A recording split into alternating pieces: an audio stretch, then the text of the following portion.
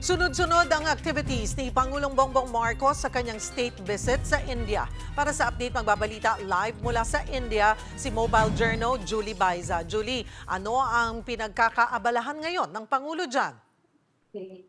Cheryl, katatapos-tapos lang ng ceremonial welcome sa Rashtrapati Bhavan para kay Pangulong Bongbong Marcos. Yan yung tinatawag na President's Residence dito sa New Delhi, India. Sinalubong siya ni Indian President Draupadi Murmu at Prime Minister Narendra Modi. Sabi ng Pangulo, inaasahan niya daw yung reaffirmation ng alliance at relationship ng dalawang bansa. Marami rin yung pag-uusapan gaya ng geopolitics sa nakatakdangang bilateral meeting nila ngayong tanghali.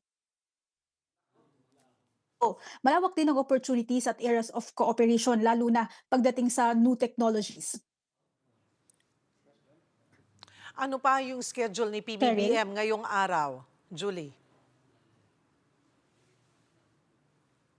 Yes, Cheryl, nakatakda magkaroon ng joint press statement sina Pangulong Bongbong Marcos at si Prime Minister Modi pagkatapos nung gagawin nilang bilateral meeting. Doon sa joint press statement, ilalatag o ipepresenta din yung mga kasunduan na niladaan ng India at Pilipinas. So nasabi before ng Department of Foreign Affairs na 6 yung inaasahan pero kasi may mga niluluto pang agreement. So antabayanan natin kung 6 or more pa yung kanilang lalagdaan. Kagabi si PBBM na rin nang nagsabi na isa sa mga lalagdaan ngayon yung social security protection. Alamin din natin kung ano pa yung lalamanin nitong kasunduang ito.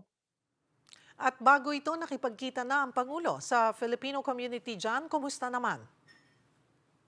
Naku, Cheryl, kagabi naging makulay, masaya at puno ng kantahan yung naging meet and greet kasama yung Filipino community dito sa New Delhi, India. Bago kasi yung pagdating ng Pangulo, nagkaroon muna ng kaunting kasiyahan at nakipagkantahan yung ating mga opisyal gaya ni Secretary Frasco, si Undersecretary Claire Castro at si Secretary Kakdak nakipag-jamming muna, nakipag-usap, nakipagkantahan doon sa mga Filipino dito. Karamihan sa kanila, Cheryl, mga or 80% mga nakapag-asawa ng Indian nationals, 20% naman yung workforce o mga professionals dito. Ang sabi ng DMW, wala daw domestic helper dito sa India kasi meron pang requirement na hindi na-meet para magpadala tayo ng domestic helper dito. Kaya so far, ang naging reception maayos. Kumbaga maganda yung kalagayan ng mga Pinoy dito. Sa talumpati naman ng Pangulo, kinilala niya yung naging contribution of course ng mga OFWs. Nasabi nga rin niya kung ano at inilatag niya ano-ano pa yung mga programang ginagawa sa bansa para sa kanila.